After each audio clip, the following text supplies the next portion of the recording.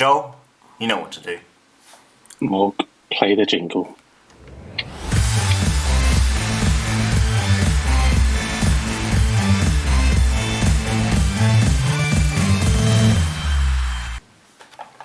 There we go. Good evening, ladies and gentlemen, and welcome back to the football booth. My name is Fedden, and joining me, I would like to welcome back my used to be ever so present co-host. We got Gondor here. Hello. How you doing, bud? Yeah, I'm alright. How are you? Yeah, not too bad, not too bad. Also joining me, I have my other co-host. I have Mayhem. How you doing, buddy? I'm all good, man. All good. And last but not least, we've only got Sam Bloody Foster back. How you doing, mate? Again, mate. I don't know how I made it here again. Honestly, you last longer than a Christmas tent at the moment. I know that end is looming, though. Don't worry about it. Don't worry. No. Position's safe. I've had to reiterate that to him. I've had to say it because I feel at one point you were getting a little bit put out by it. Just a little bit. Oh, no. Did you think I was trying to take his place? I had No. I had no real issue with Sam being present. It was my idea to invite him back tonight. Oh, now I do feel loved. There you go. See, look, it's all love here. It's all love here. Well, another week of craziness in the world. Never mind just football. But before we get into the main thing, Stu, where have you been? Life just gets in the way sometimes. I unfortunately was dealing with some personal issues on the... One second, I'm just banning someone in our chat. I was dealing with some personal issues on the first one, and then last week, you saw, I was out for the count.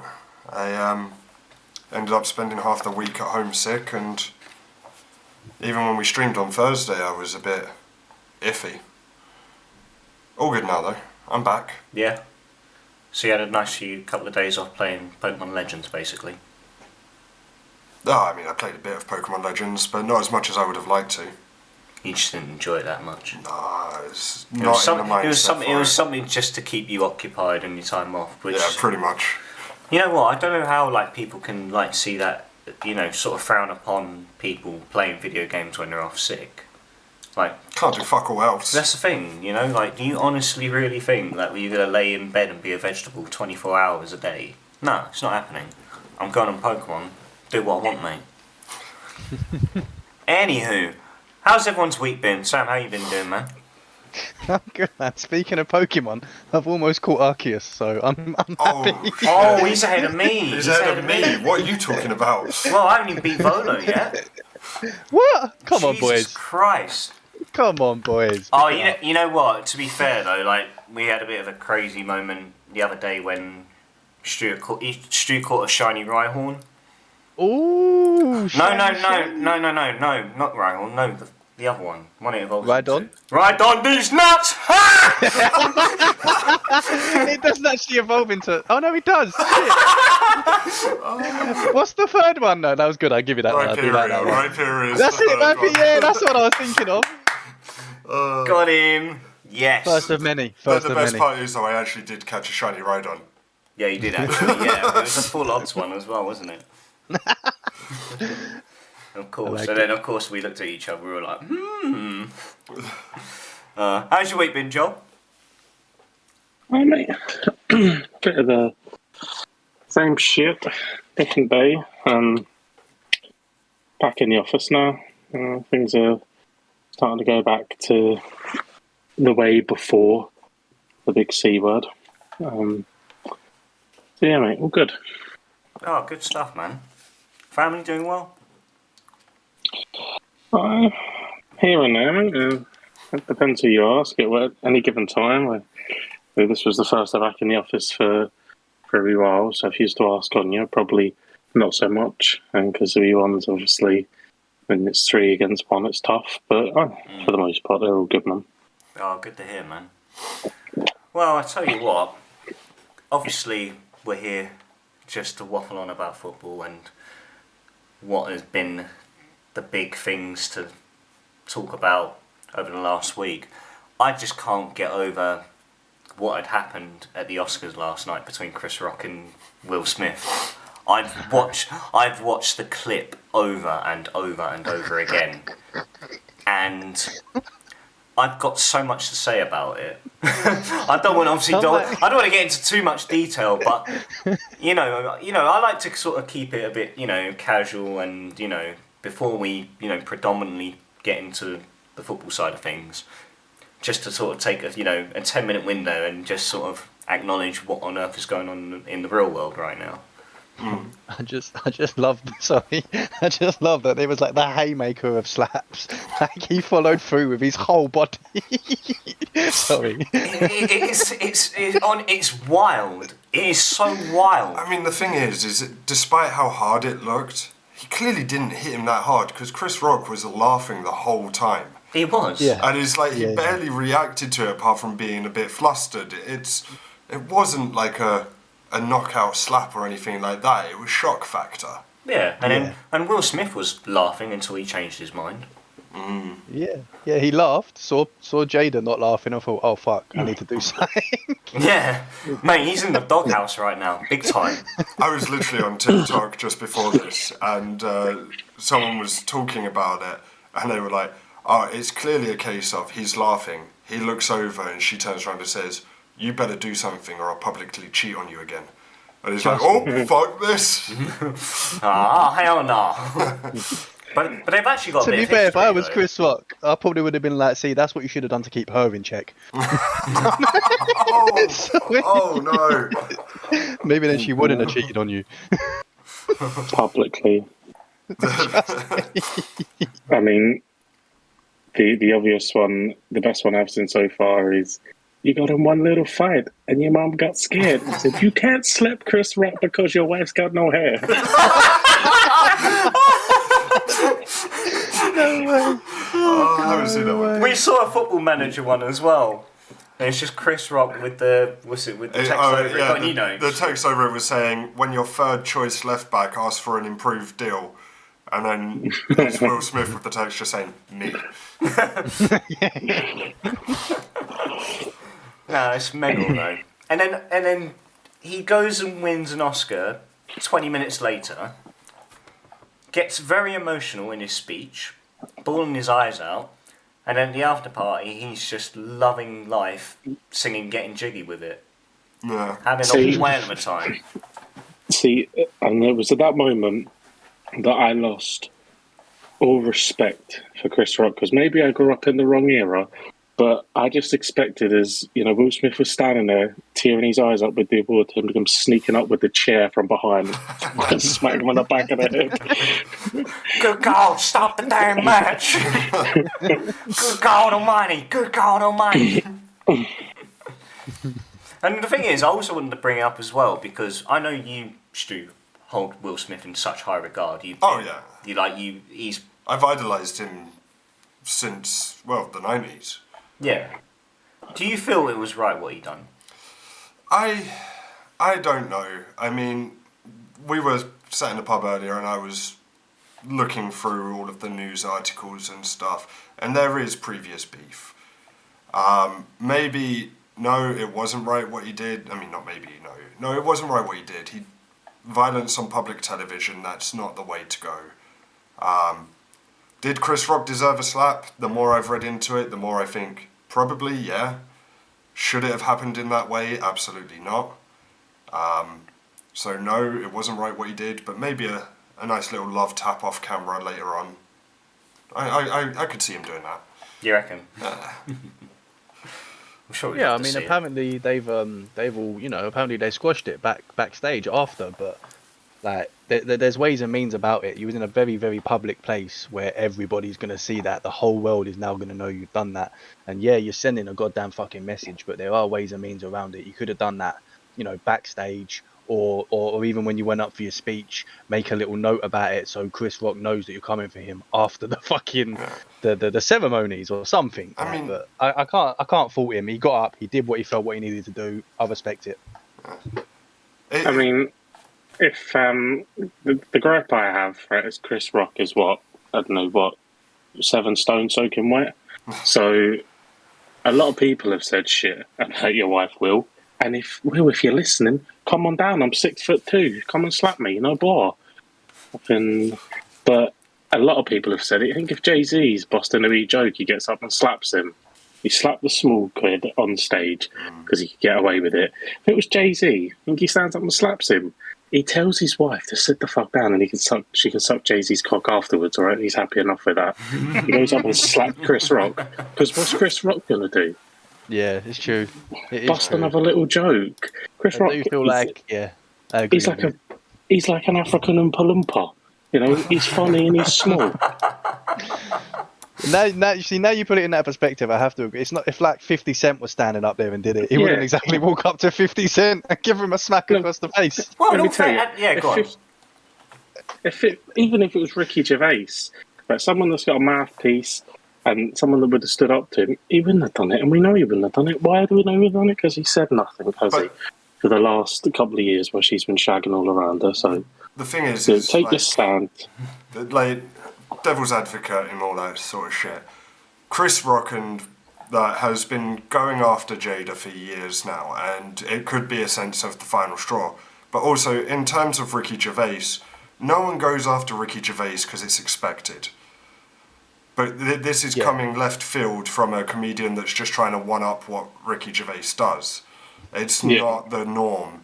If it was Ricky Gervais, everyone's there expecting the worst. To get absolutely blasted. Exactly. And now what they're trying to do, where Ricky Gervais has now packed it in, they're looking for someone to, step up from how Ricky Gervais breaks that fourth wall. They now are looking for someone who is now going to hypothetically basically break through a fifth wall. And that's kind of what Chris Rock was trying to do. And then that's the sort of shit that would happen. Yeah. I don't think that anyone is trying to recreate Ricky Gervais after he dropped bombs in his last act as host. So I think they're more than happy for someone to not be Ricky Gervais, as he accused them more of being basically friends with one of the most notorious paedophiles that ever lived. So I'm pretty sure they're happy enough to just tone it down a notch and have a slap on stage. Oh, they're all coked up anyway. I mean, they even interviewed Liam Payne after the incident, after the Oscars even, and mate, that guy's jaw was swinging. I swear to God, if you haven't seen it yet, go check it out. I haven't. Oh my God, it is so obvious. Ridiculous. But, you know what? Moving on from Hollywood and paedophiles and everything. Stu, long time no see. It's been a while. Yep. I've had to cover your your Gordon news. Well, you managed to cover all the shit that we had to deal with, so I've come back at good times again. Yeah, you have. But Allsvenskan season starting next week. So the season kicks off on Saturday. Djurgården's first game is actually on Monday. And while I may not have much news to share just yet, next week's podcast definitely will, because I've scored us tickets to go to the very first game of Djurgården before the podcast.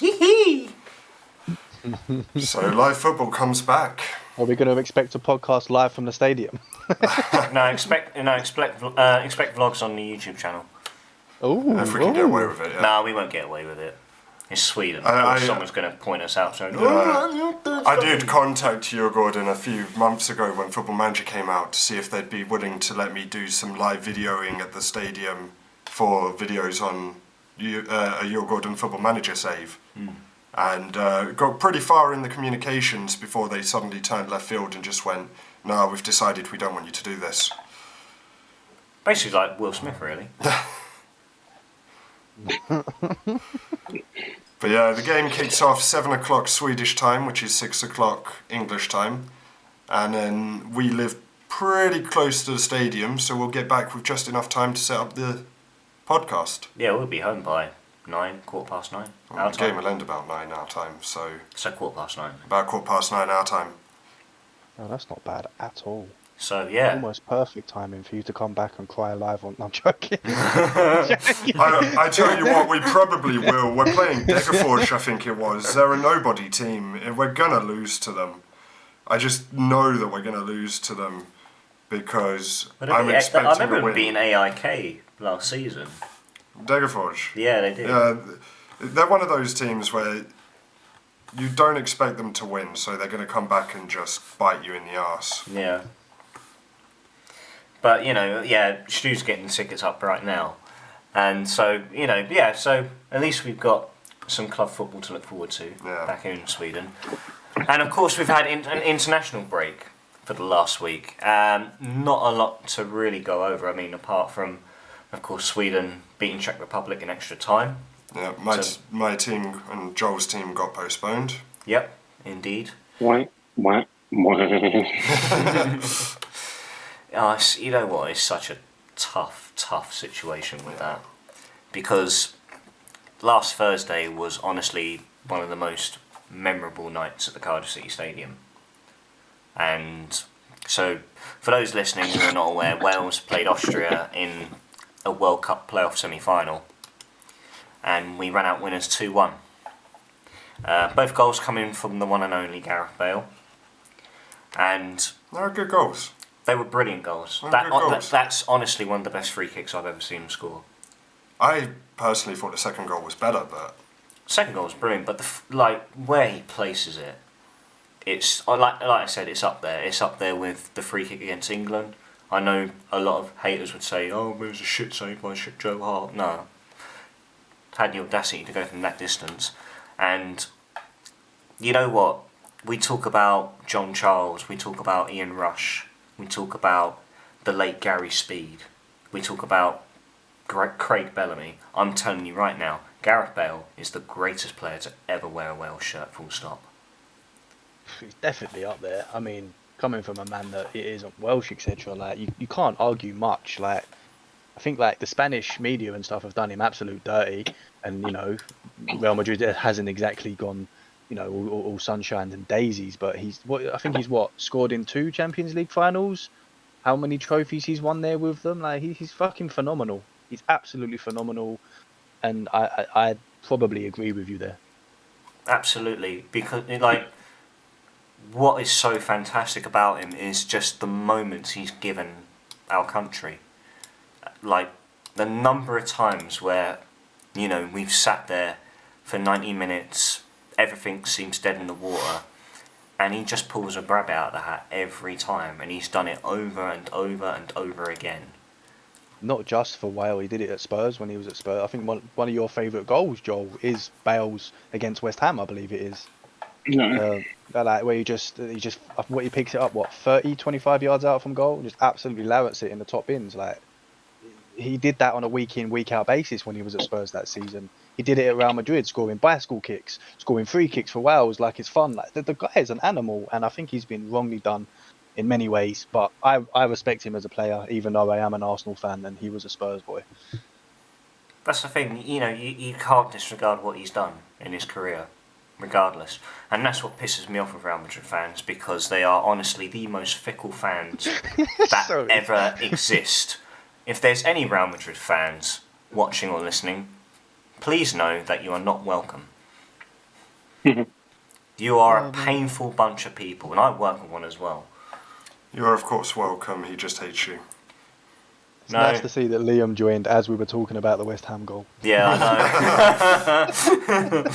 Well, I mean, he's not happy, is he? He's furious. Well, we'll definitely get him on one day.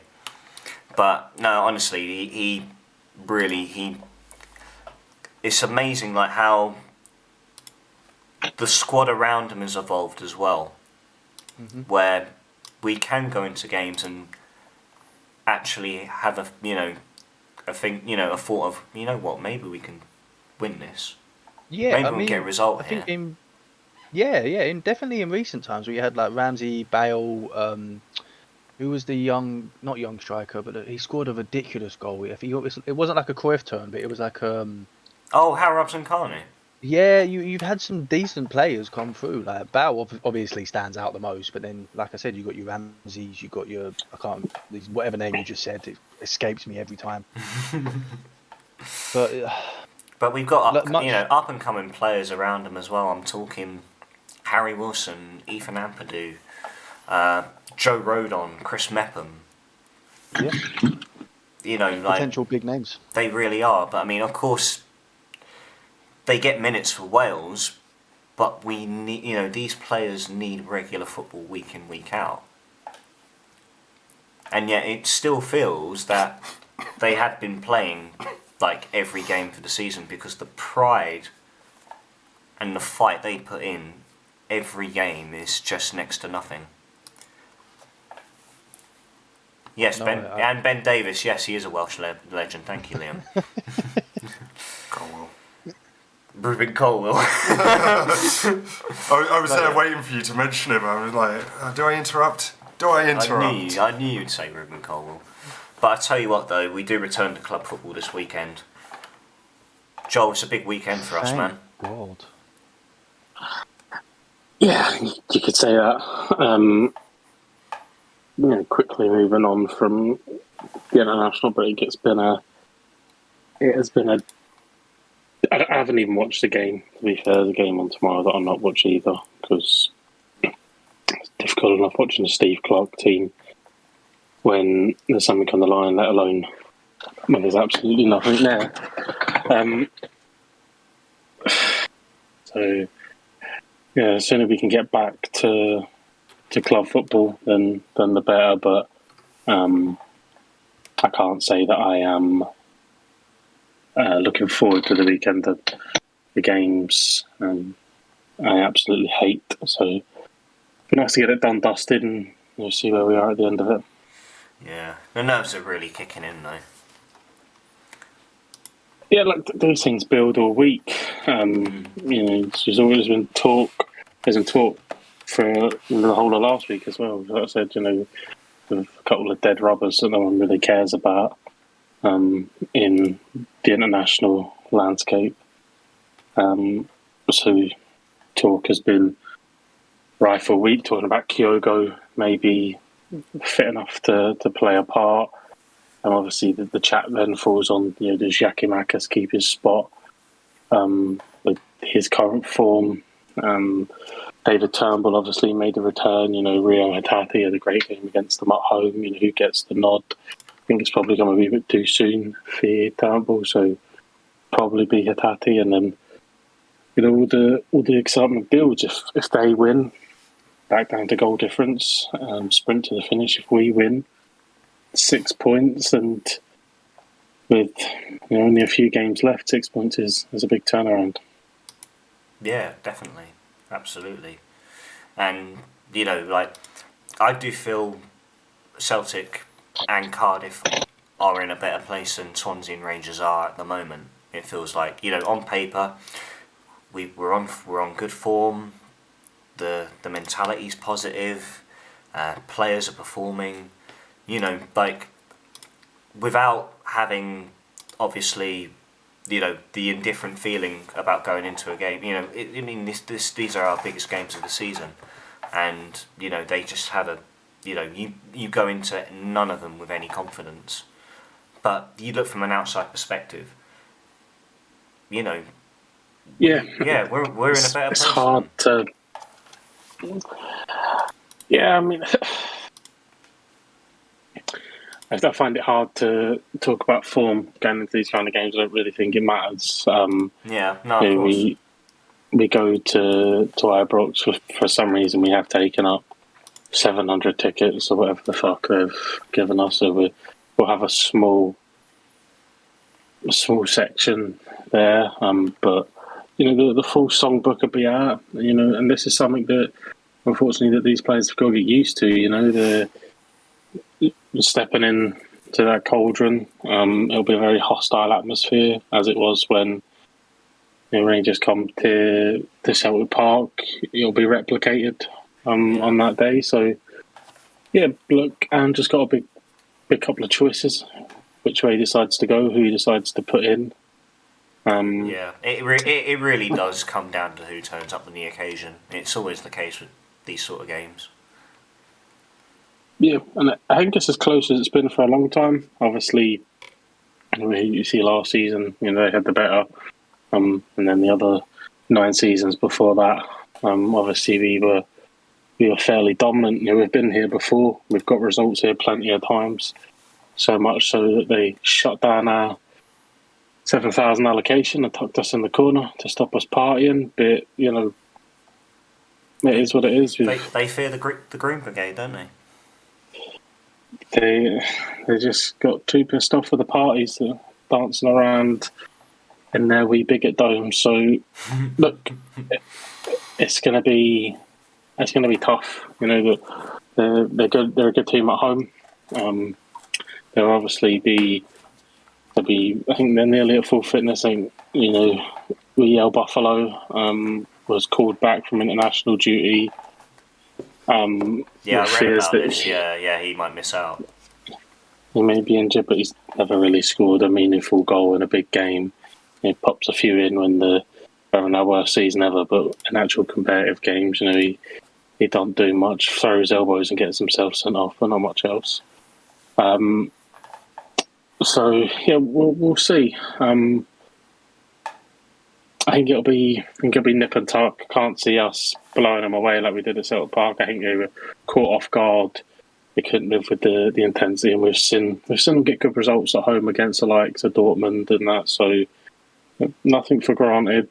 We'll have to be at our best to get something from the game. But if we do get something from the game, the advantage, the pendulum swings. If we can come out of that game at 3 points ahead, and it swings to us, they've still got to come to Celtic Park, and that's their sprint to the finish. Yeah, well, yeah, we absolutely, definitely hope for the best. Stu, I see you looking at the championship table there. What was going through your mind? Championship table? I was just doing the maths, because for some reason this one's not giving me the same as like when you look at the Premier League and it gives you those nice little colours next to it. I was just working out if you're closer to playoffs or relegation again. Oh, the playoffs is out of the question. Yeah, but I think relegation might be in all. No, relegation definitely is as well. No, we're mid-table. We're mid-table. So the next thing, and the only thing left for you to really care about, is the team directly above you with a game in hand. Well, that's the objective now. Finish above the Jacks.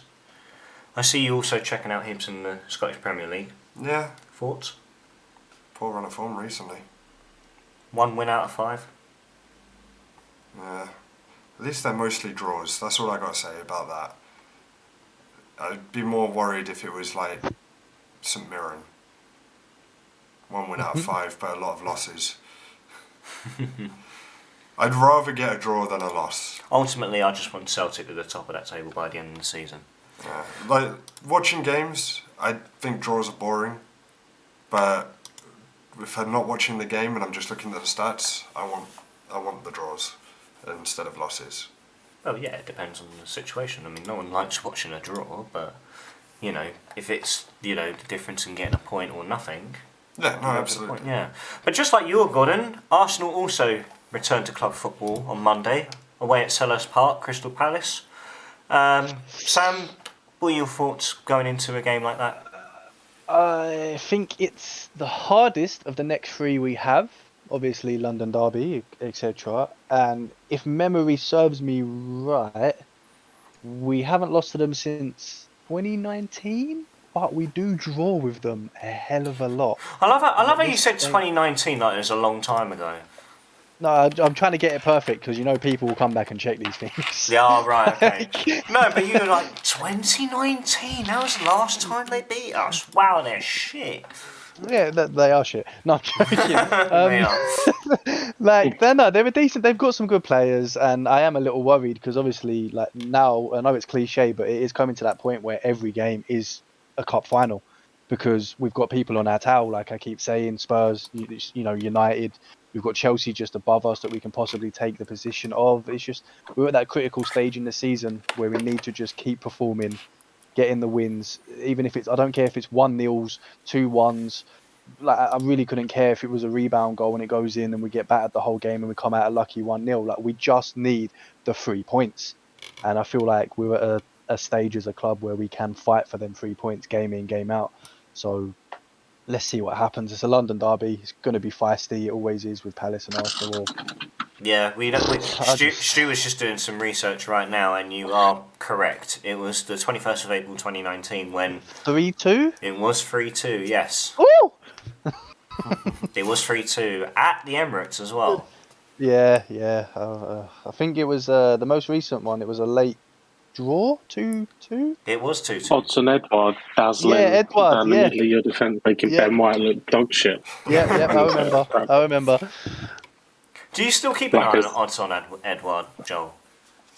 Nah, mate. As soon as you leave the green and white, you're dead to me. But every now and then, be watching, have the game on in the background, and I don't watch a lot of Premier League, to be honest. I've said before, I think it's an incredibly shallow touristy league. Very few proper clubs that are left. I think we spoke about this before. It feels like a lot of clubs have sold their soul. Arsenal going to the Emirates, West Ham going to the Millennium Stadium, Tottenham going to the Tottenham Hotspur Stadium, leaving behind the likes of the Bowling Ground, Highbury, White Hart Lane. Don't really sit right with me. Money seems to rule everything. Tottenham was brilliant for us. Made some magical moments for us. Part of the treble winning team. He done some special things. Got to see him play live, and he's a special player. Ask Ben White. But overall, We'll ask him overall, again on Monday. you can if you want. I'm pretty sure he's probably struggling to sleep because Odson tied him in knots that game. So you probably see him in a cold sweat as he gets off the coach and goes into Sellers Park. You know what? In one way, I hope not, because I got Ben White in my fantasy team. I haven't I think fantasy it's team in months. Yeah, I'm ahead. It's not even your, it's not even your man. It's not Odson don't even start anymore. It's your other fella. He scored, didn't he? Oh, that Matata, is it? Yeah. So he's in at the moment. So Ben White will probably be looking nervously to the bench and hoping Odson doesn't come on.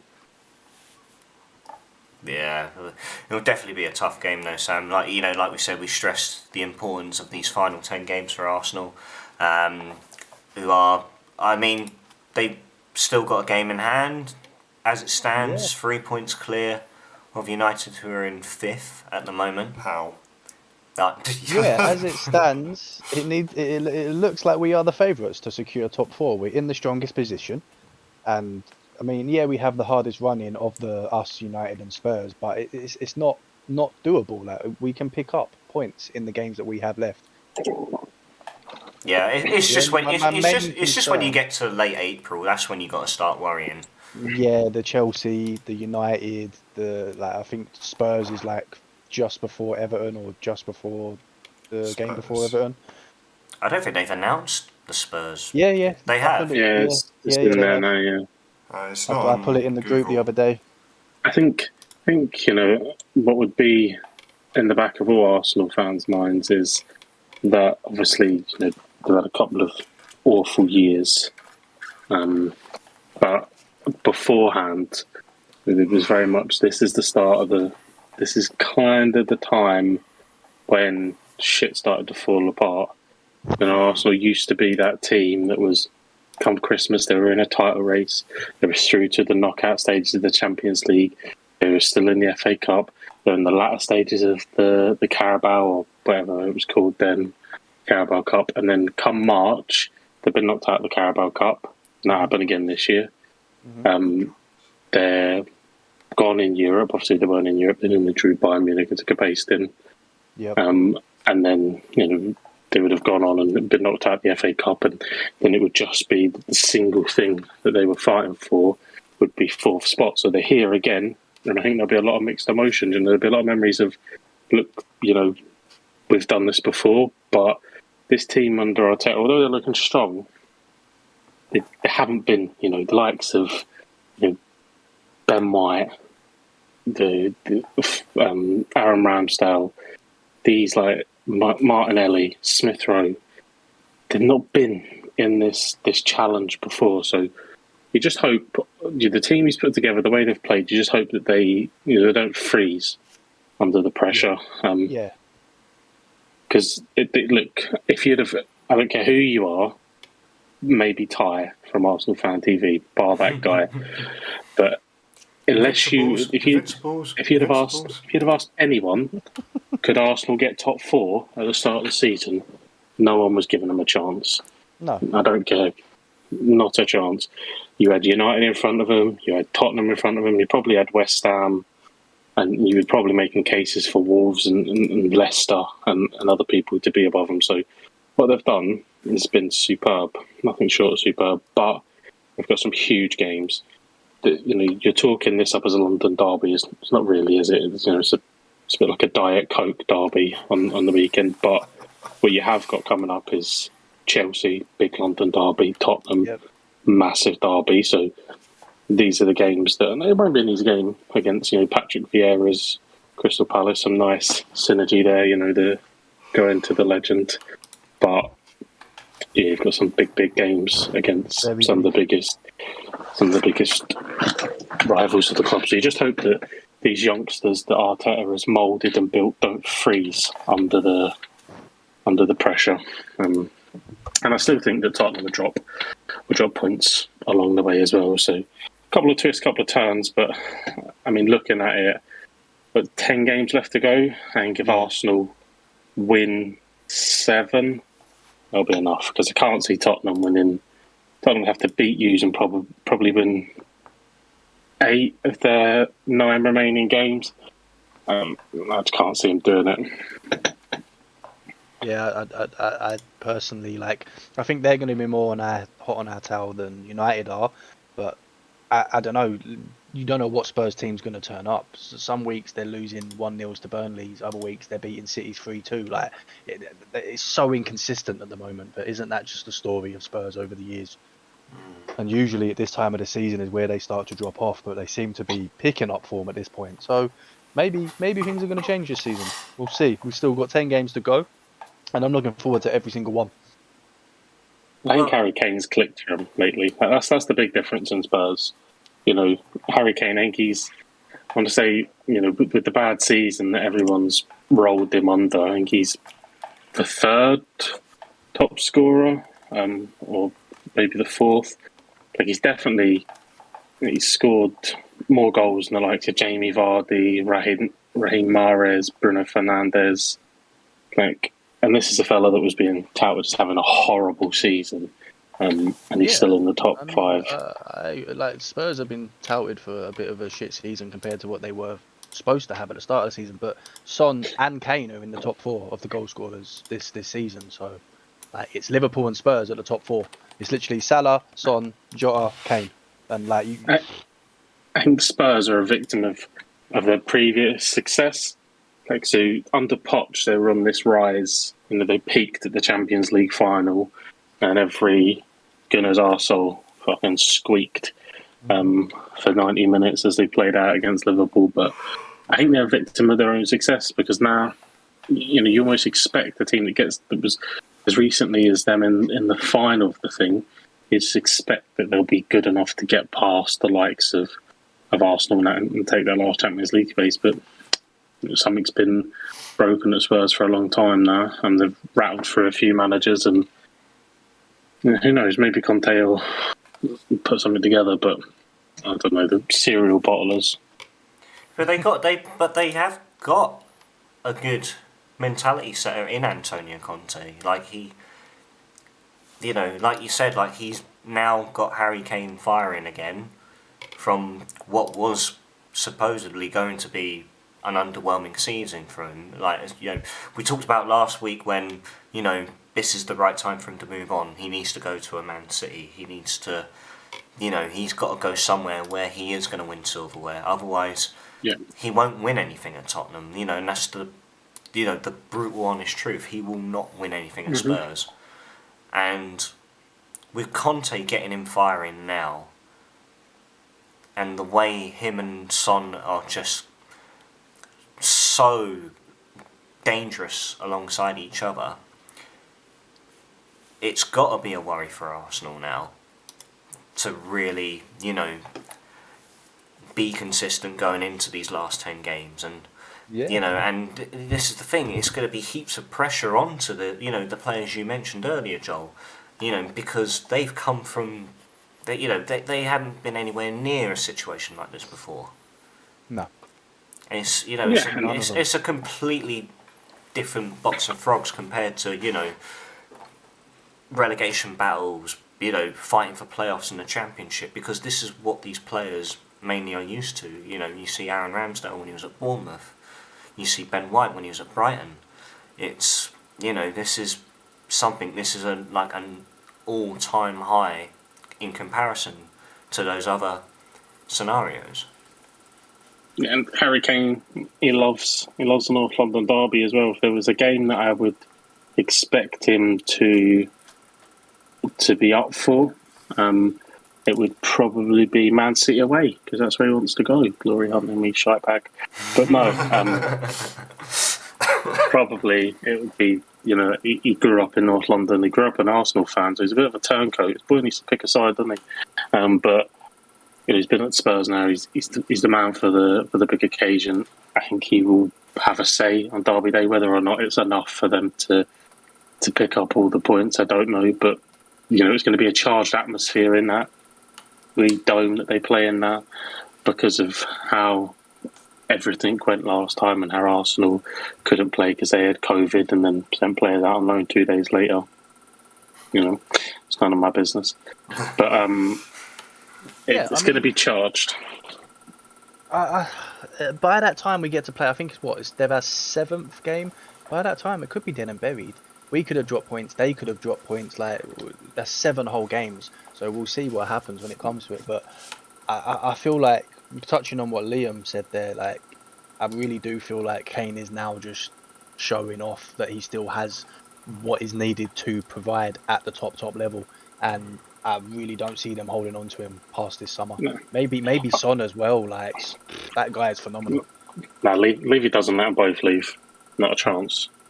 Like, if Son tries to hand in the transfer request, Levy will threaten to send him back to North Korea. I know he's not from North Korea, but he would threaten to send him back anyway. But he would get King Jong-un on the phone and he would switch his allegiance. So wait, Kim, other words. Sonny Son, if you're listening, just stay put, all right?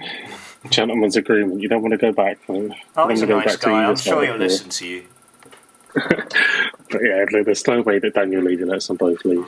Harry Kane, I don't think he's got a choice because Kane's not signing a new contract. Son's been tied down for, signing down last year for another couple of years, so he's got a while left on his contract. I don't know how many more times you can say to Kane, one more season. Yeah. Come on, we're gonna get it this season. No, but look, Daniel Levy's a businessman at the end of the day. What happens is if you hold on to your prize asset for too long, it starts to lose value. So he must know that last year he could have got maybe 160, 170, 180 million for Kane. This year he's only getting maybe 90, 100 million. If he holds on to him, past that, then it'll go for a ridiculous price. You're looking at Kane for like 50 million. So he'll be sold this summer. I've absolutely no doubt about that. And he'll go to. But the rumours are that. I don't know if you want to come on to this crazy rumour that's been floating around in the ethers, but I think it's the one I like. Harry Kane is apparently Man City's first choice. That's who Pep Guardiola wants. And then there's that mad rumour that Erling Haaland would be interested in the footballing project that is Arsenal. And when you say it out loud... Oh, don't get him excited. Don't get him excited. When you say it out loud, I sound like I should be in a padded room. I understand. Why would Haaland go to Arsenal? Why would he? I understand. It's like a lion going to play in a kitty cat pen. Like, it's ridiculous. But when you put all the pieces together and then everything that's been rumoured, apparently over the past week, Mbappe has apparently unofficially agreed to go to Barcelona, so maybe Haaland doesn't want to go there. Kane to City. One of Haaland's best friends, Odegaard, is at Arsenal. I knew you were going to say that. Apparently, he's told him about all the pitfalls. You remember Odegaard was at Madrid, promised everything going to Madrid. It didn't happen. It all went wrong. And then obviously he's come to Arsenal to rebuild his career. So apparently Martin Odegaard's told him about the pitfalls of Madrid. That's not to say that he's still got houses in Spain, and obviously Real Madrid's a far more attractive proposition. But there's little things there I think make the story interesting at least. Yeah, because he claimed that he's not here for the money either, and that he does like the idea of joining a team and becoming their for lack of better other players, their Henry, their Van Nistelrooy, their player, and there's not a club more fitting or screaming out for it at the moment than Arsenal. So it's just if he buys into the, I mean, Arteta's probably got to do some fucking begging. Like, I don't know, but they have to get Champions League football, and yes. The one thing that people will bang on about wages, but what you got to remember is Aubameyang's away. Lacazette isn't being signed apparently in the summer, and Eddie Nketiah is apparently away. That covers Haaland's wage right there. You've got Aubameyang off the books, and then it kind of fits as well. If I'm playing absolute tinfoil hat conspiracy theorist here, it kind of fits as well. Like, they didn't go for a striker. Have they got someone lined up? I mean, Stop getting me excited. I've always said as well, I think players should go to a club that's not the best in the world, not like the best team ever, because you're joining a club where you're going to have to struggle more to get a place. And the competition's good for like development, but if you really want to make a name for yourself and really get your name out there, you go for a club that has something to fight for, and you be that last puzzle piece they need, and he could do that at Arsenal. If he joins and he's scoring 20, 30 goals, Arsenal are just going to rise through the ranks. Yeah, I think after a brief adjustment period, I don't think he'd be banging 30 straight away or anything like that. Please, God, prove me wrong, but if he was to come, I reckon, 15 maybe in his first full season, and that's, I think the boy bags far more than that. The boy's a freak of nature. Really? He goes from Salzburg to the Bundesliga and tears it up from the get-go. That's going from Salzburg to Borussia Dortmund and, challenging Lewandowski numbers. Lewandowski's a freak Not of even nature. making it look difficult. So, I think that, the absolute elite players, and I mean the absolute elite, I don't mean Pepe. I know you've been stung a few times. I don't mean Pepe. I don't mean Granit Xhaka. I don't even mean Thomas Partey. Right? What I mean is elite players. Not walk off the field in the North London derby, let the ball go over the top, let him score. I'm talking about if you were to get Haaland, as mad as it would seem, I think you're talking the best player in the world in 2 years. Like Ballon d'Or winner. This guy will go on and score crazy amounts of goals, and if he goes to a superpower, if he does go to a Real Madrid, or if he does go to a Man City, scary numbers, because the numbers he's putting up for Dortmund in Germany is scary enough. And the boy's not without injury problems as well. He can't seem to stay fit for a full season. If you can get him fit, firing, freak of nature, the height, the speed, the strength, the finish, the composure, the fact he's only like 21, 22. Oh, he's still a child. He's like 20. He's like 20. It would be scary. And all for 60 million. His release clause is like 60 million. Like, there's no better deal out there at the moment. Like, there really isn't. But it's just if we have to do our part first and secure Champions League football.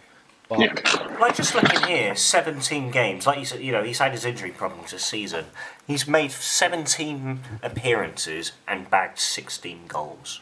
And then 3 from 3 in the Champions League, 4 from 2 in one of the cups, and he's scoring a goal a game for Dortmund.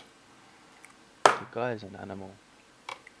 And I just honestly, I cannot believe you, Liam, that you've honestly put Haaland in the same category as Ibrahim Afellay and Bojan. I know, Afellay and Bojan are far better from the Champions League. I think I know where Liam's coming from. It was when Stoke managed to attract Bojan and Aflai down to the Britannia. Yeah, but didn't they have like 4 Champions League winners in their team at one point? I think it was at the time where they had like Zerdan Shaqiri. They had who's No, it wasn't. It's a winger, wasn't it? I can see him. It's a short name or something like that. They had Arnautovic.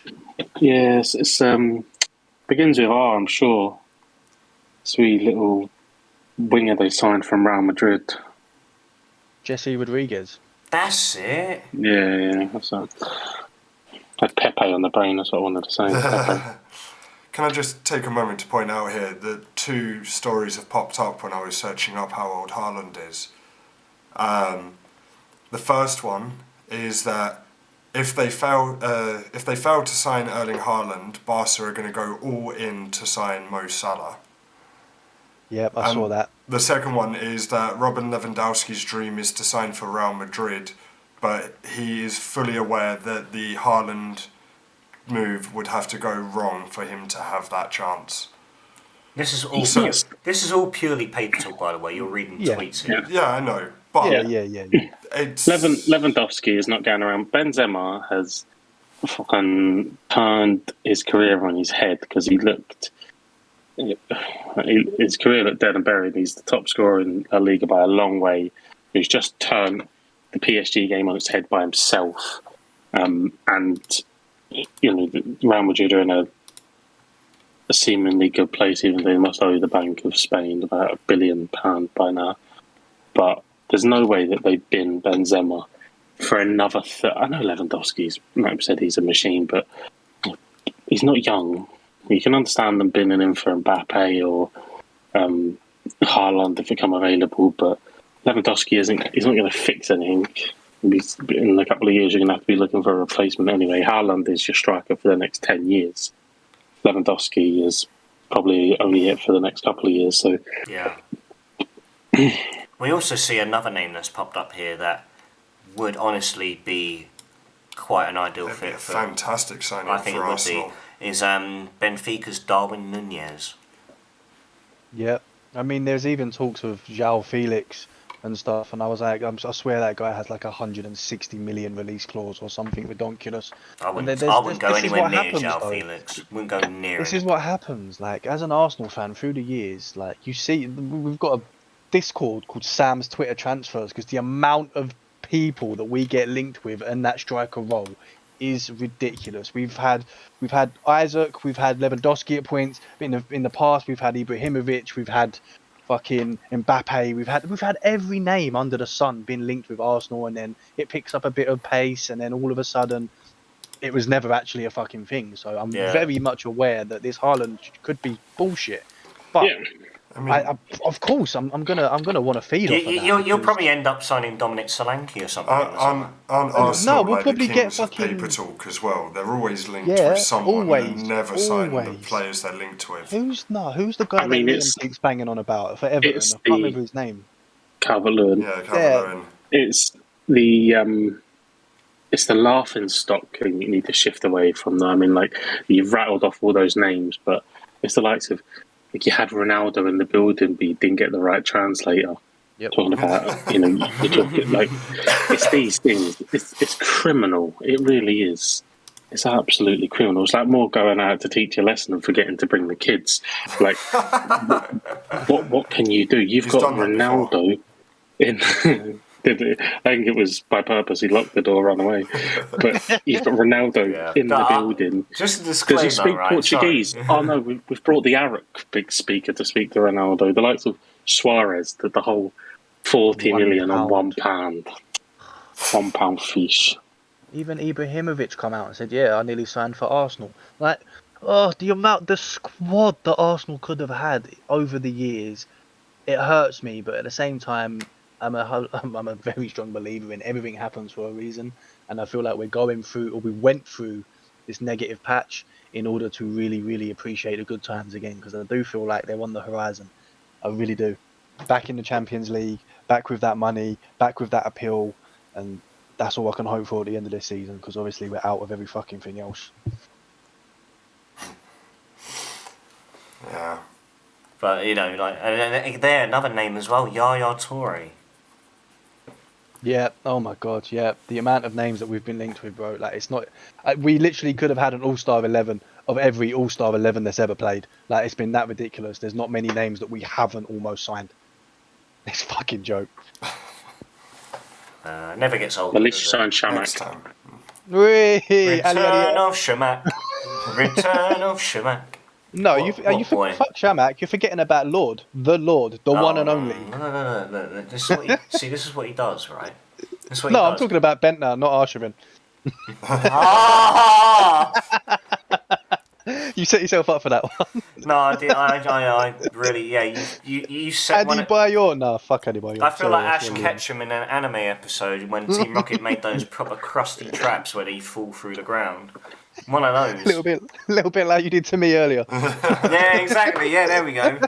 Yeah, we're even. But I tell you what, speaking of money though in the Premier League, we also have seen now that a takeover at Chelsea is starting to slowly come to fruition, and they've set a deadline now. I think it was the 11th of April. Oh, that's not 2 weeks. So it's like, yeah, it's not Yeah. far away, and I believe it's 3 owners combined. So consortium. And consortium, yeah. That are taking over. How? So where does the money go? I suppose it'll get put into a trust until everything's dealt with. Yeah. I mean, you're saying everything's dealt with. I just saw in the news today that Abramovich was part of the talks with Putin and the Ukrainian president. Yeah, we've got that. What is he open now, doing? Like, he got apparently they got poisoned and stuff as well, Yeah. but didn't die. Literally Like, what we were just looking at right now. He's literally like, yeah, I have nothing to do with Putin, and you're now sat next to Putin and this Ukrainian president. Why are you a part of that if you have nothing to do with Putin? Like, it doesn't add up.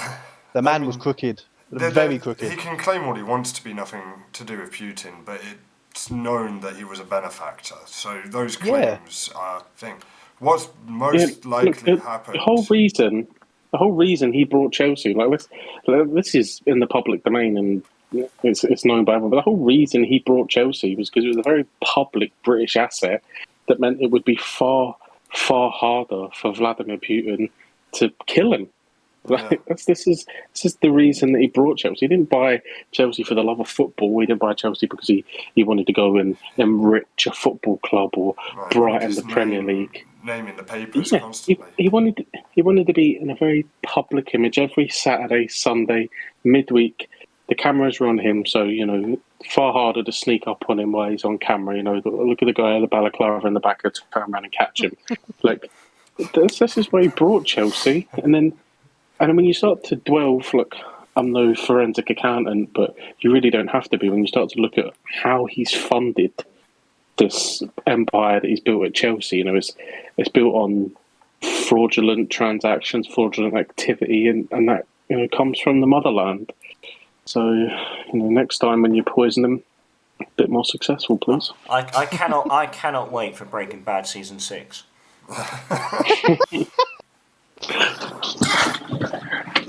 Terrible. What? Well, it's ridiculous though. It has the exact same vibes.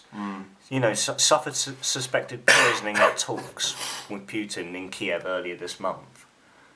Like, it's gone absolutely mad, and now Abramovich is on a yacht sailing into the sunset. He is, yeah. What's sickening? What's really sickening is I've never liked Chelsea fans. I think they are the rodents of English football. Chelsea. But the fact that when he's linked to all this wrongdoing and he's singing with Vladimir Putin and they're still singing his name, it's like Sunderland fans singing Adam Johnson's name. Like, at what point do you just fucking cut the shit, you scumbags?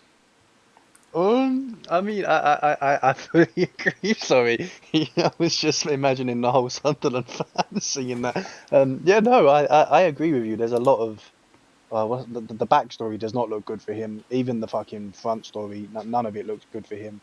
And it was all just a farce so he could stay alive for a few more years And like I said, now the fact that he's sat next to Putin in peace talks does not look good for him in the slightest. It all seems like it was all just a facade and a way to a means to an end. He's had to bend the knee and kiss the ring to make sure he don't end up face down. Hasn't he? That's ultimately it. He's prized asset. He's saving grace. He's slowly disappearing. Even off the back of that, when all this comes to an end, he's still going to be an incredibly wealthy man. And where is that money realistically going to go? Yeah. He's not going to be welcomed back anywhere else. There's only one place left for him to go. Mm-hmm. That's the thing, yeah. He's going to be isolated from the rest of the world. Yup. He really is. But I tell you what, though, on a funnier note, it was nice to see that Italy managed to boycott another World Cup. Nah, man. Everyone's saying this, but you're taking away from North Macedonia. Macedonia. Macedonia. It gives a shit about my pronunciation. Right? My point being North is, Macedonia nuts. while they're a team of pretty much no-name players, they play fantastically well together. They shocked everyone in the Euros. Why is it a shock that they're still playing well together, a year later, same year, in the World Cup qualifiers? They're not a horrible team. I hear you. But in the Euro, did they win a game in the Euros? Well, they played valiantly. Did they win? No, but you expect to see teams improve. Like, we talk about the England squad and how, obviously they've been winning, but they've got a young team that's only getting better. The North Macedonian team will only get better, at least for a while. Yeah, I think the context of this result is huge. It's the reigning European Championship team, obviously that won the Euros there, so the reigning champion going against the team that why they played valiantly and give a good account of themselves, ultimately didn't get out of the group stage, and then they've knocked Italy. Again, it's a incredibly huge result, probably the biggest result in their footballing history. So I think that's the context of it. I don't think that I don't even think that the players or the manager of Macedonia would have been expecting to get a result. So the fact that they've gone on and got that is brilliant for football.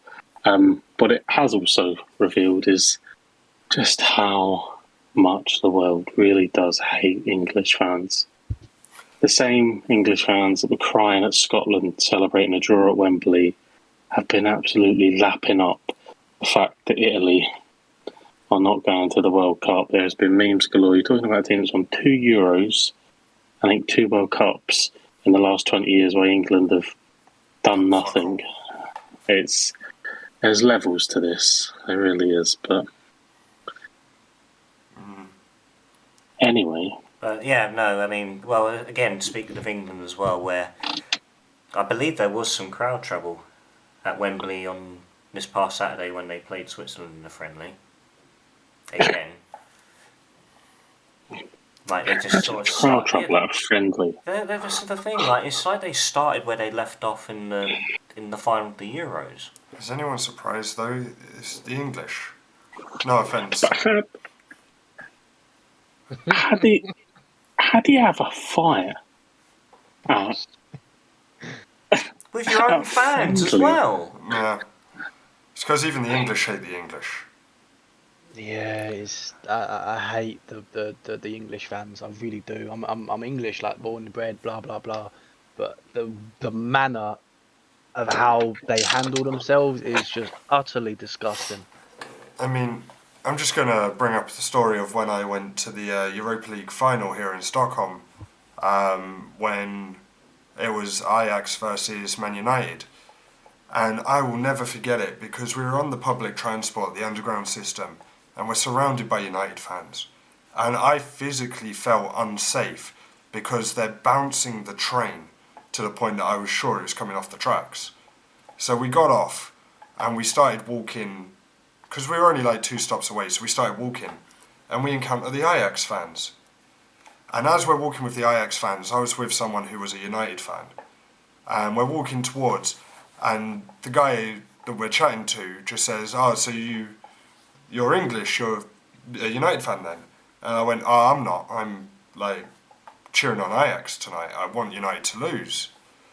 And my mate turns around and goes, "Oh, but I'm a United fan." Yeah, where was your mate from, by the way? South Africa. There it is. Oh wow. And this guy that we're talking to he's been the friendliest ever, considering he's walking with the rival, the opponent.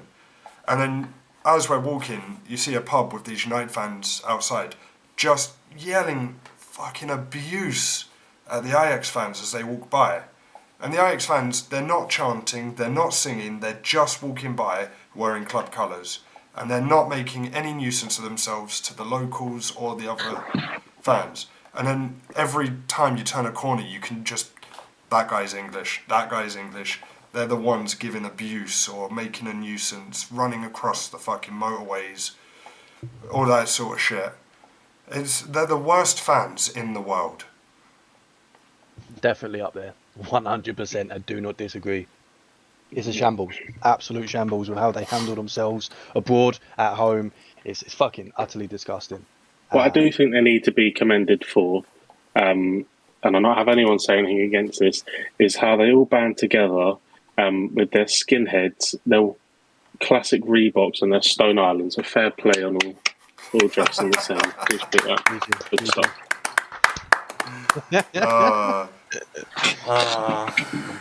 By the way, it's not coming home. Fuck all of you. Oh God forbid if it does. I can imagine the scenes. Can't wait for that to kick up again. That'd be great. You know, Mars will probably do an advert. Just believe. I'm just saying, if England do ever hypothetically bring it home, I really hope World War III starts and they fucking shoot me first. If it does come home, I'm going to donate my life savings to Vladimir Putin and just go. Fucking hell. Maybe we'll do that to get to the final, and then they'll never know. This has definitely taken a turn. Peggy 3. Oh man, God, I love it when we chat shit. Well, we chat shit. We show our true colours. Do what we want, mate. Just gonna laugh at Sam in the chat there, trying to play our Pokemon community game that's ongoing while we do the chat, and not even having the right Pokeball. But you know what? Like steering away from. I get more. It's gonna run out of time. Please go ahead. In all fairness, like like disregarding the fans and English people's opinions on whether England can win a major tournament or not. What do you feel? In terms, we see how far the squad has come with England. Sam, do you really with the players they have at their disposal? Can you have like a sense that maybe they do win some major? Are you asking if I ever believe England will win a World Cup? No, but I'm referring to I mean, obviously not. I hope they don't. But no, I'm just saying but with the players at their disposal, do you feel that there is a bit more hope nowadays? Yeah, I feel like this is the strongest team we've had in a long. I'd say a long while, but then looking back, we've had like the Lampard, the Gerrard, the Rooney. No. the. Sorry, I know where you go. As obviously, I don't understand it, and then maybe a few people, obviously, a lot of people listening, not know correctly. Maybe a few people don't understand. I'm Scottish. I support Scotland, and if Scotland don't get to a major championship, which is quite often, and of course, I'll go ahead and I'll support England's opponents in every game. But no, that feeling. You're not alone. England have had the golden generation, in inverted commas. I'm sure that's what Sam will allude to. They've had amazing players, but worryingly, this is the best team that England have had. There used to be, if you listen to Gary Neville and you listen to like to Jamie Carragher and that. And, they'll talk about when they used to go away with England, and there'd be the United guys and the Liverpool guys, and there'd be this real separation. There isn't that anymore. Trent gets on with Rashford, and all these boys band together, and that's the worry. The longer they keep Southgate, and the longer he keeps pushing this positive mentality, every time a mid-table team sacks their manager, I beg they employ Southgate, because what he's creating is worrying. It's quite scary, isn't it? It is. Like semi-finals, final. I want to go back to the Roy Hodgson days, knocked out in the group stages by Uruguay. I want to go back to Steve McLaren. He is wow, Steve, fucking Sven-Goran Eriksson. But don't bring him I had to. Sorry. I was gonna go, but like you said, I was gonna go back to the Gerrards, the Rooneys, the blah blahs. But like you do say, I think the current crop with the nice mixture of experience and youth and everything really is our best chance. But I still don't believe, looking at the teams of world football, it's enough. I really don't believe it's enough. Like you still got. I mean, what, we're not going to see much more of Ronaldo and Messi and them sorts of players in the World Cups anymore. But even the young players coming through for Brazil, you got your Martinelli and etc. For whoever else, they just breed these absolute animalistic players that England just can't really. All right, yeah, what we're bringing through Saka and what Rashford was, what Saka is supposed to be, blah blah blah. All this, but it never reaches the climax that we expect it to reach as me as an England fan. It never reaches that point. You see this as an Arsenal and the fucking England fan. You never see them reach their maximum potential. The Saka, even Shaw. So much was promised with Shaw, and all right, he's popping up with a couple goals here and there, but he was supposed to be an absolute godsend at left back, but he hasn't been, only recently. And how old is he now? 30? 30 or 29. Is he 30? Yeah, he's been around for a long time. Exactly, and he's been around for a long time. And I'm just worried that the Saka and the Ramsdale and all of these whoever players, young and English, are just going to fall into the same fucking trap. The same level of expectation on their shoulders, the same level of failure, and the same level of disappointment. I just don't see England winning a European final. You know what I'm talking about? A final in my lifetime. I have to be honest. I don't see it. I hope I'm wrong, but I don't see it. I think you've got, obviously as an outsider looking in, you've got a couple of. If you can get the mixture right, you've got not. I mean, maybe people argue Harry Kane, but you haven't got this one person that everything seems to vocalise around. You look in that midfield, and there could be so many, and it seems like they're happy to give way for the others to come into. Jordan Henderson, Declan Rice, Phil Foden. You go to right back, Trent Alexander-Arnold, Kieran Trippier. You go into the centre back as they play the three, Carl Walker, Ben White. Ramsdale's now called up. You just see all these boys, Mason Mount, Rashford, Saka, Sancho. That I don't know. They just when they come together, they all seem to band together. And even if they're only getting a few minutes, they really seem to be on board with what Southgate's building there. And that right there is the nucleus of people that go on and win stuff. You look back at Spain. If Spain had, when not putting them on the same level as the Xavi and Iniesta regime, but when they had that, they had these players that were happy enough to just interchange and come out, and Pedro was happy to come in, David Villa, Torres, all interchangeable, while they had their mainstays. And I think England are getting to that point. If they don't win on the Southgate, then I don't think that the next appointment will be as good. I don't think anyone could have predicted Southgate, being as good as he has been. And I think they would go somewhere stupid with it, maybe like Phil Neville or something like that, because of what he'd done with the Lionesses and that. And I know he's away at Inter Miami or whatever. But I worry, and I think that's the biggest compliment that Dave from South Bermondsey can ever take away from this, is that I worry that they may go far. So, Liam in the chat has mentioned a player that, if nurtured correctly, could be one of the powerhouses that you were talking about, where he plays in the role that gets everyone going around him. Jude Bellingham, 18 years old, fucking ridiculous when he's on the ball. Could still be retrained as well if you need a position where it's not there. I could see him playing up top if he had to. I don't think he'd be the best there, but I could see him playing up there. Yeah, he's the sort of player I feel like he will just be happy to wear the shirt and play wherever the fuck he's put. I think he still needs a lot of people around him. Jude is still very young, still very raw. Yeah.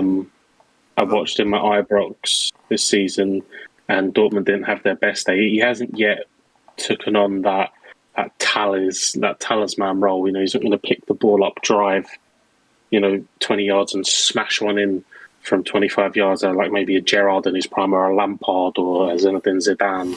If you're talking about him going all the way to the upper echelons in the elite levels, he hasn't quite developed that. But I think he's still qualified to do his GCSEs, for fuck's sake. So the boy's got the world in front of him. And if he is nurtured, he could be that powerhouse. He could be the next player that England focus to build their squad around. By the way, does his Oyster card still beat more than once? It's 18. Probably does. Well, I mean, we're saying that, but we've still got like Saka is what, 21, 22? I think he's just 20. 23 max.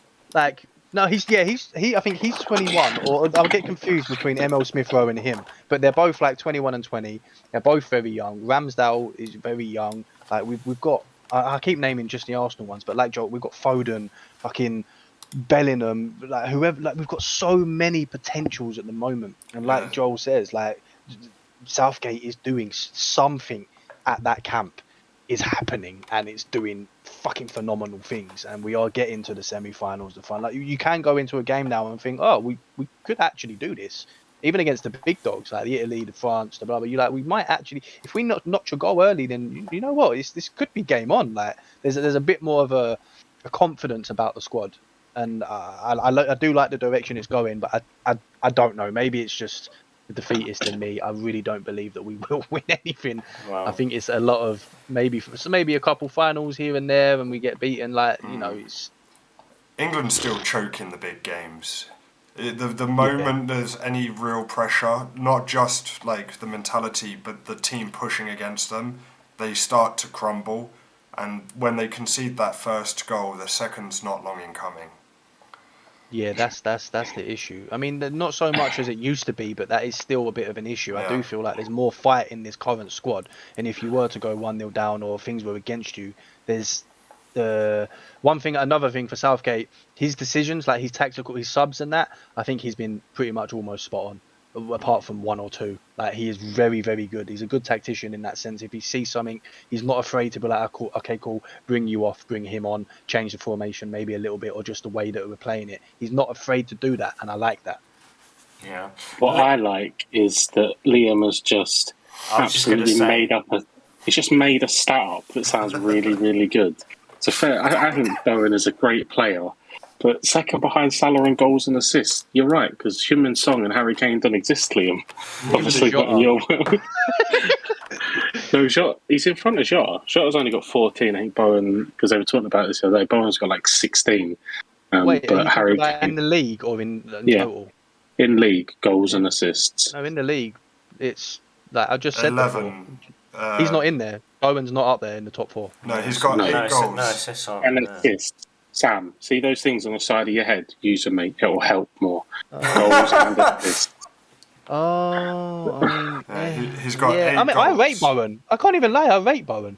I do. I've said this. I rate Bowen. I think he's a quality player for West Ham, and he should be playing at a higher level. But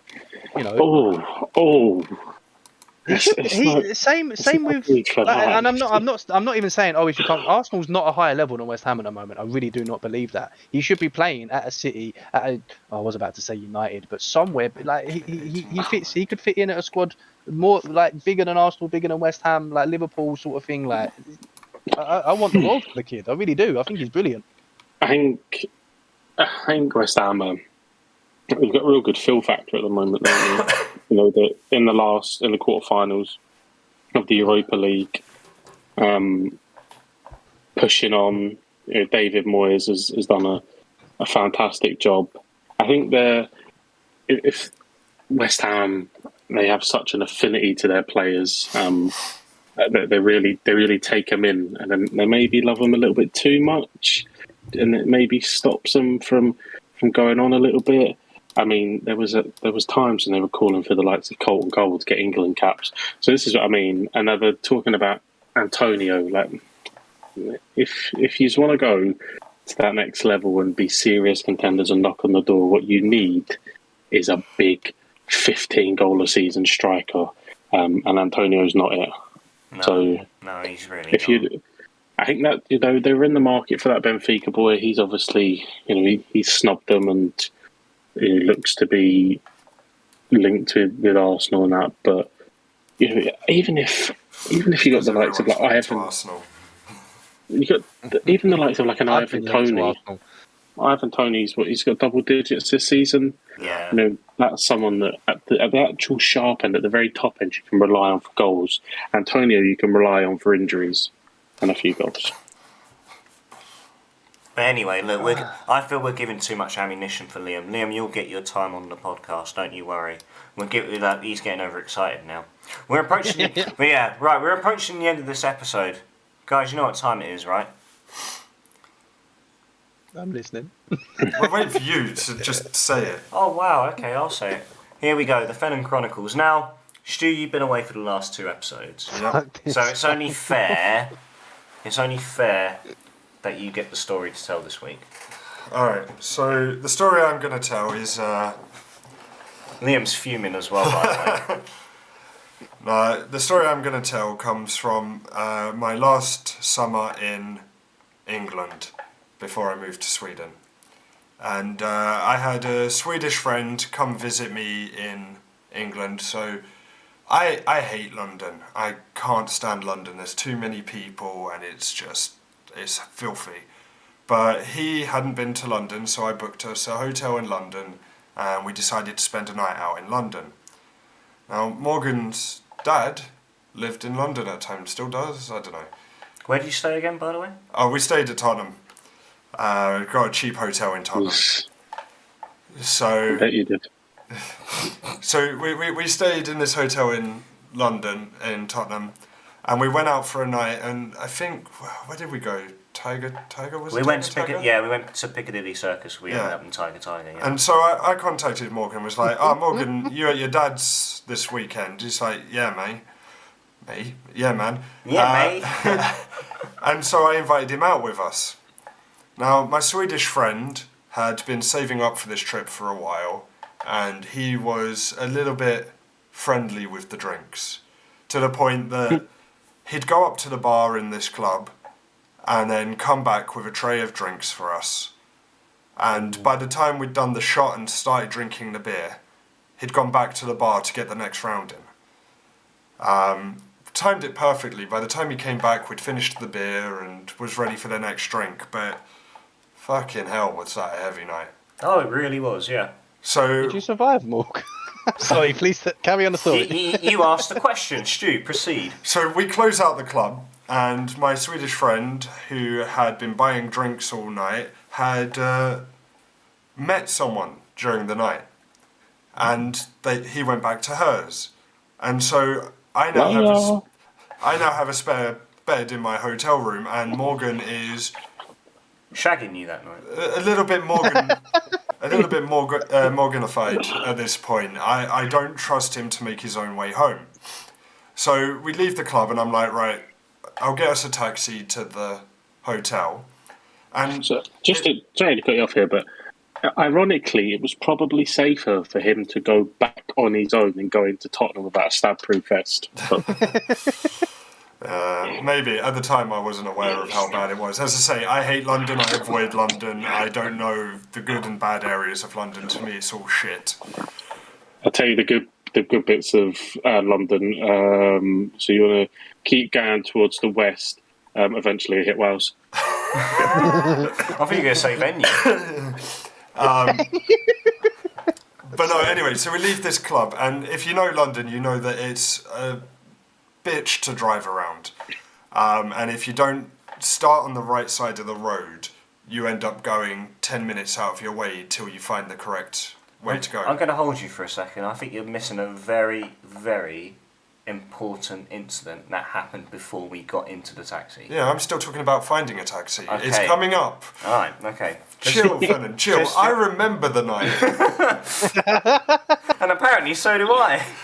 Only because I told this story to you so many times. Right, go on, sorry. So, as we leave the club, I'm like trying to work out which side of the road we need to be on to get the taxi so that I don't have to fork out an extra 50 quid for the taxi. Well, they drive on the left, by the way. No, I know, but which way is towards Tottenham?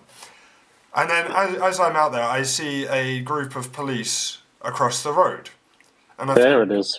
All right, I'll go over and I'll ask them for their help just so I can save a bit of money. So we cross the road. Morgan's with me, and I go up to one of them and I ask him like, "Oh, sorry, I'm a tourist in London, but I need to get to Tottenham and I want to know which is the best side to flag down a taxi so that it's cheaper." And the guy was really friendly, really polite, and he's like, "I actually don't know, but I think you want to be on the other side of the road." I'm like, "All right, thank you very much." So we cross the road again, and then this is when Morgan starts, and he's there and he's like, I need a piss. And I'm like, "All right, hold it. We're going to get a taxi. It'll take us 20 minutes to get back to the hotel. You can hold it." And he's like, "Nah, I need a piss." So he turns around, unzips, and starts to piss up against the side of the shop that we stood outside. I'm there going, "Oh, Morgan, no. We've literally just spoken to the police. They've probably watched us cross the road. We're in full view of the police." And lo and behold, the police are crossing the road. Oh no! And being like lucky and the fact that I held my drink rather well that night, I managed to talk us out of it. They took Morgan's details and they said, "If anything else happens involving you tonight, then we'll press charges for this. However, as long as you're going directly to where you're spending the night, we'll let you get off with just a verbal warning." And Morgan, being Morgan, goes, "Oh, thank you very much," and then holds out his hand to shake the police officer's hand, who looks at him and says, "You've literally just had a piss. I'm not touching your hand." So to continue on, we get in the taxi. Honestly, I just want the ground to swallow me up and just make me disappear right now. We get into the taxi. Morgan passes out in the back seat, because of course he does. And as we're driving up, I start to recognise where we are, and we're going through this one-way system. And I, being autistic the way I am, I know roughly how long it will take in the taxi to drive around this one-way system. But we're also right outside of a Tesco. So I say to the taxi driver, "Right, stop here, and I'll pay the charge here because it's going to cost me an extra tenner to go around the one-way system." So he pulls over, drops us off in the car park, and the hotel we were staying at was at the other side of the car park, and I knew there was a hole in the fence because I'd been to the Tesco earlier on in the day. So we're crossing this car park, and you can literally see the front door of the hotel when Morgan stops. And I'm like, "Mate, come on, we're nearly there." He bends over and he goes, "I'm just going to do my shoelace up." I turn my back for a second, I look back at him, and he's curled up on the floor, asleep, in a fucking disabled bay car park spot. And I'm just there like, oh my god, like we're literally 30 seconds from bed at this point. It's like, Fennon, get your arse up and get to thing. Oh, bro, I hear you, man. I hear you. Do you not remember being in Wales and we found, I think it was him and Joel or someone just asleep, almost asleep in the middle of the road, just laid out on their backs in That the was middle of the Joe. road. That was Joe. That was me. It That was me and Joe. You were doing it as well, Morg. You were asleep somewhere. No, I was on my way to Asleep I was on my somewhere. way to the casino with the Clark's pies, and then Joel swiped No, you them. weren't. Oh, because here we go. But yeah, so that was my addition to the Fennon we Chronicles. won't talk about that weekend. We've been over that. So yeah, that was Fennon Chronicles for this week. Well, I guess it's a good time to wrap things up. If you enjoyed this episode, ladies and gentlemen, you can catch up with the other episodes if you've not listened to them already. You can find the Football Booth on YouTube, on Spotify, and on Buzzsprout. As always, thank you ever so much, boys, for joining me. Thank you, man. Good to have all three of you. All four of us. All four of us. And thank you to everyone who have listened and have watched. And we'll catch you all next week. Hey, Dor. See ya.